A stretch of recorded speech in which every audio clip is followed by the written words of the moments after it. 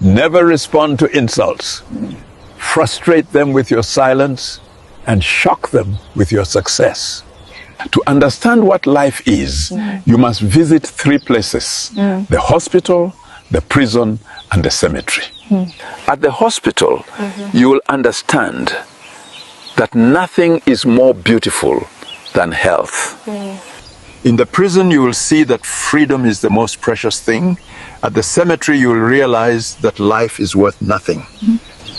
The ground we walk on today will be our roof tomorrow. Nothing in life is permanent. Be humble always. That's the only thing that truly lasts. It's time to love yourself, admire yourself, forgive yourself, accept yourself, nurture yourself. Today is the day. Life is a chapter. Every single page, good or bad, is a necessary part of the story that shapes who you are. So never close the book too soon. Your greatest chapter is yet to come.